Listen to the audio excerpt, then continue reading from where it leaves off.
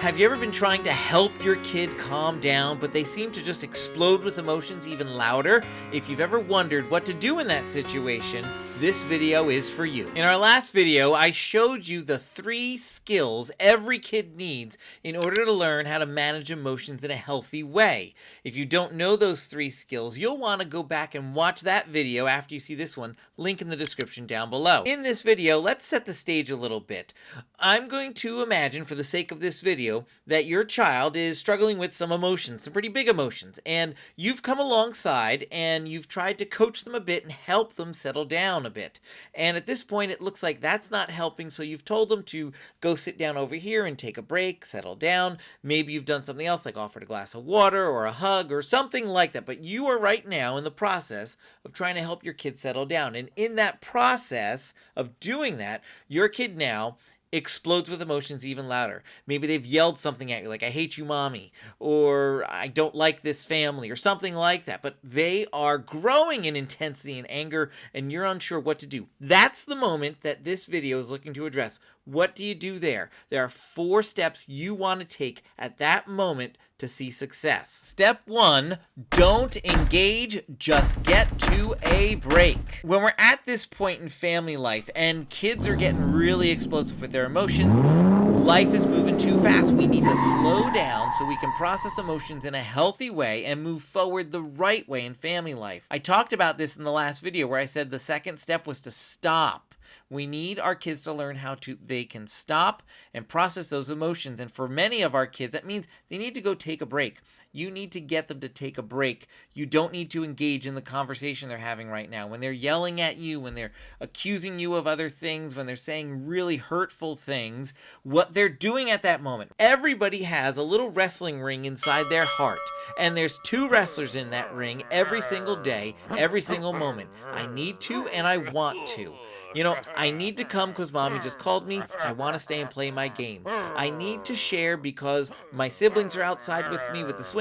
I want to just stay on the swing myself. I need to, I want to, all day long, back and forth. And right now, when that kid starts screaming louder, yelling at you, that kid is listening to "I want to" and doesn't want to deal with "I need to." They're trying to get you in that wrestling ring.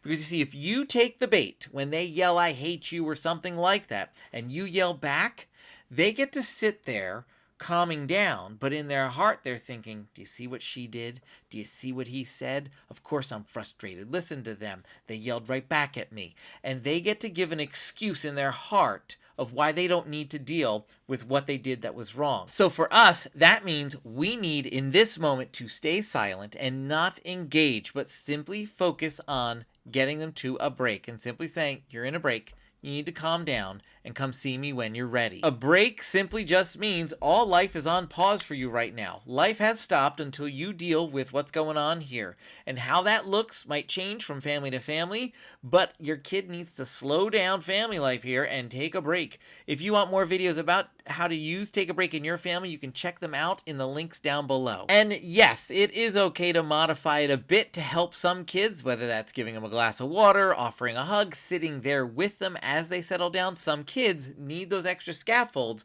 The important part isn't doing this all exactly by the book. It's making sure we're working on helping our kids settle down so they can start processing the right way. Step 2, have a positive conclusion.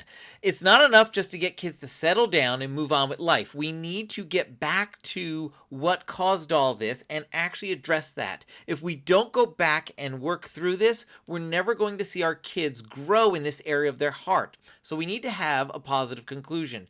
I would suggest there are 3 questions you need to work through with your kids and a statement you want to say at the end. First question you want to ask is simply, what did you do that was wrong? A lot of times kids have done something wrong and they need to confess that, and they need to say, here's what I did that was wrong. So we just simply want to ask them, what did you do that was wrong? If they don't know, this isn't a guessing game. We just tell them, here's what you did. Now, say it again. What did you do that was wrong? We want to help them say that. So that way they can work on confessing and starting to acknowledge it and address it to move forward.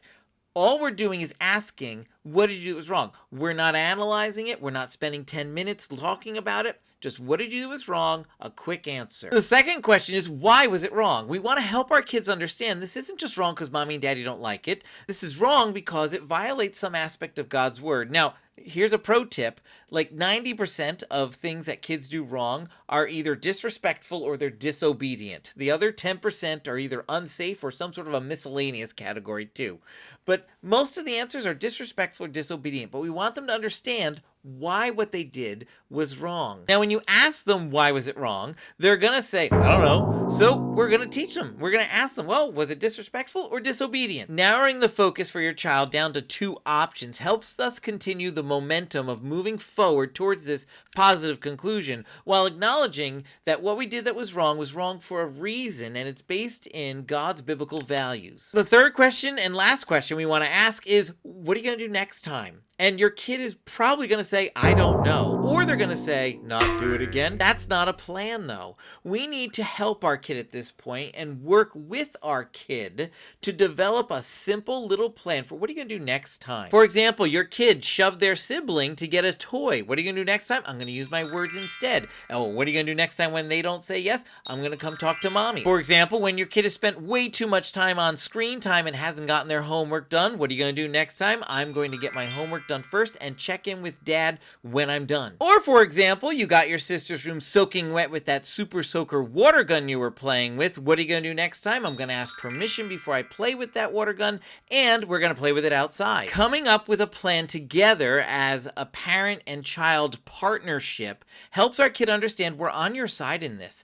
This settling down thing is not a punishment. It's a process to help you calm down, figure out what's wrong, why it was wrong, and what are you going to do next time so we don't have to end up here so many times just processing the same thing over and over again. It's also the same process that Jesus takes us through when we do something wrong too. He has us face our sin, understand why it was wrong, have us also, though, make a plan for the next time. But there's one more thing Jesus does with us that we need to do with our children as well. You see, through this process of repentance with Jesus, he has us face our sin and realize, here's what I did that was wrong. Here's why it was wrong. I've got a plan for next time. But then Jesus tells us, you're forgiven.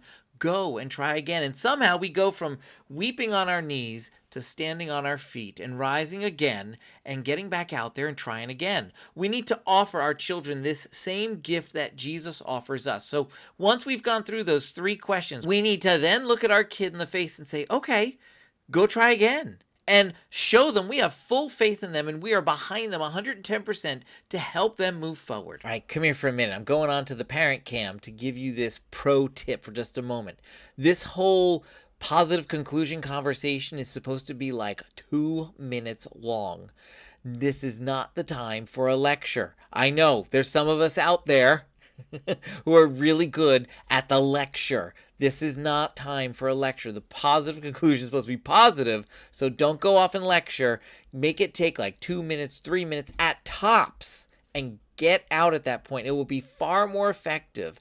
And if your kid needs to hear this message again, don't worry, your kid's going to do the wrong thing again, and you're going to be back here having the same conversation again. So don't worry, if you got this hankering for a lecture, your kid's probably going to repeat this problem, and you're going to be doing it again. But please keep it to like 2 minutes. All right. Back to the video. Step 3, talk about the process and address any remaining issues. Getting the process right is really important, and we want to make sure to address that component too. And I think this is where a lot of families wonder, do I just let my kid get away with all the screaming and yelling? No, we don't. We want to address that too, but it comes after we've processed through and not during it.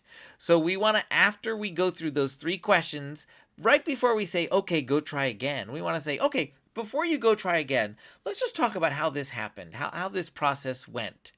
What happened here? And talk a little bit about how, hey, you were yelling at me. Yeah, you said these mean, hurtful things.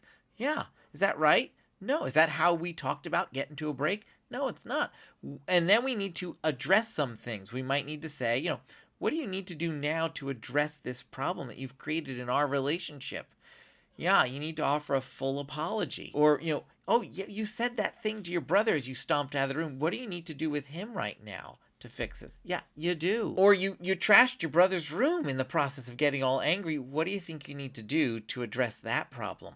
Yeah, you need to go back and clean that up. You might even have your kid rehearse the break again and say, you know what, let's go practice the break one more time. You're not in trouble anymore, but let's just practice how to go there. So you're just going to walk over there. I'm going to say, go take a break. You're going to walk over there, have a seat, and come back and see me and say, I'm ready, Mom, or I'm ready, Dad. Or you might even have your kid hit the like button on this video because it's such a great video and you're glad you're watching it.